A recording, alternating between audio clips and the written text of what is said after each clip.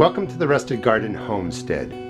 On my shelf is a product that's garbage. Can you pick it out? And I'll be doing short videos on great products, on lousy products, at least in my opinion. What do you see? Peat pots. They are the worst way, in my opinion, to start seeds indoors. They just don't do what you're told they're going to do. They're not really good at growing the starts, as they say.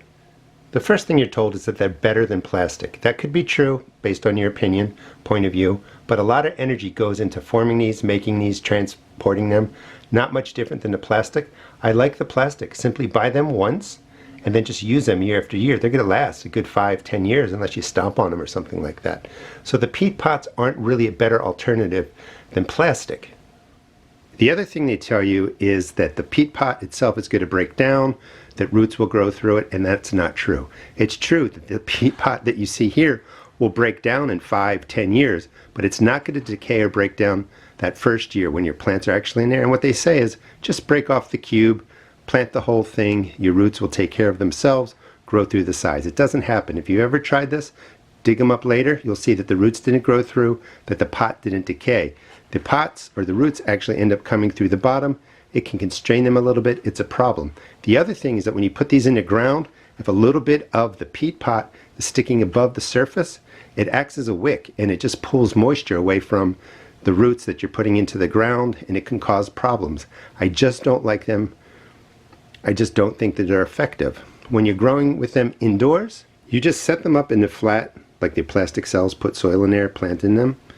The other problem is you have to buy these year after year. You can't reuse them. So it costs more to the environment to keep buying these each year, and it's more money out of your pocket. Once these have the starting mix in there, the seeds grow fine, the plants grow fine. What happens though is because this is peat, the entire edge, everything is wet. You're going to have to water at least one time more, maybe 2 times more often than if you're starting these in plastic. The water gets wicked away from the starting mix to the outer part of the peat pot. It dries quicker, there's more surface area, so the lights warm this up, evaporates, dries. You're watering much more often. Also, you're going to see white mold, green algae forming on here. That's not really a problem, but it is a little bit unsightly.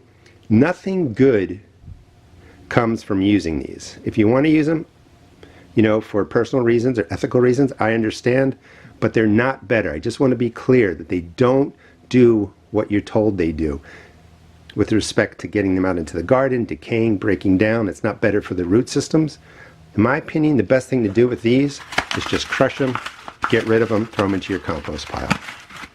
The plastic seed cells work really well. Buy them once, use them year after year. There are alternatives to plastic. You can buy fabric pots. I sell them at my seed shop, little quart containers. They're made out of recycled water bottles that would wash up, you know, on the ocean shore. So yes, you're using plastic, but you're repurposing it in a different way. Those you can use over and over again. I just don't like the peat pots.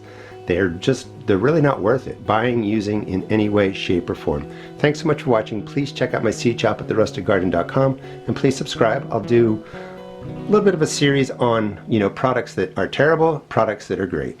Thanks for watching.